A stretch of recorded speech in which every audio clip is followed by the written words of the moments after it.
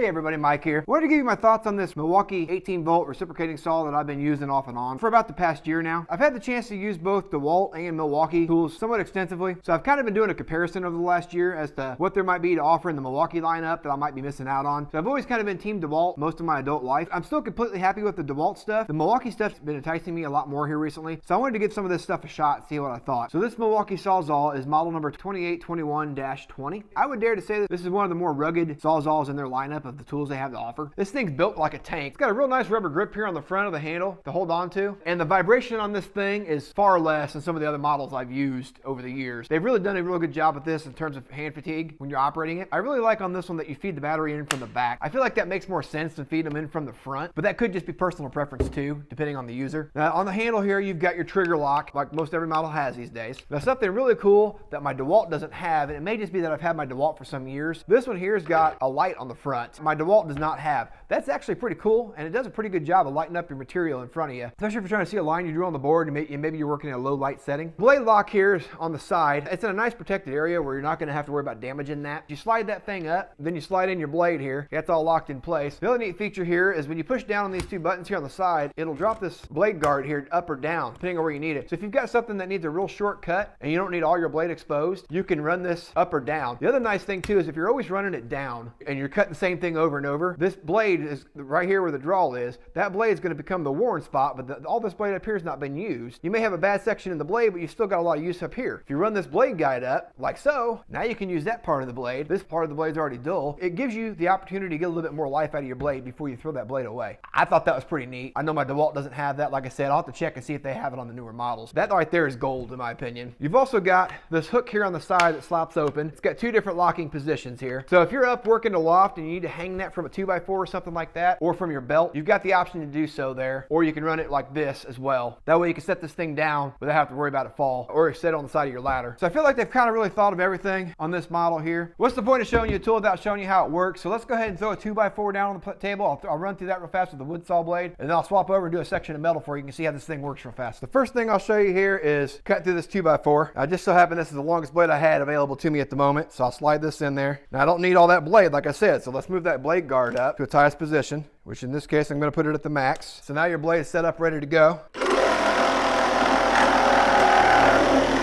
That's got a 1 1/4 inch stroke length on that thing, so it really bites through the material nice and neat. It makes it really quick. Now let's get some metal going here. I'll show you the metal blade. Here's a piece of 3/8 rebar that I just found laying in my scrap bin. So let's chuck this up real quick, and then I'll run this blade, because I know this section here is a little on the dull side from using it last time. Let's run that up here a little higher. I'll get in some of that fresh blade there.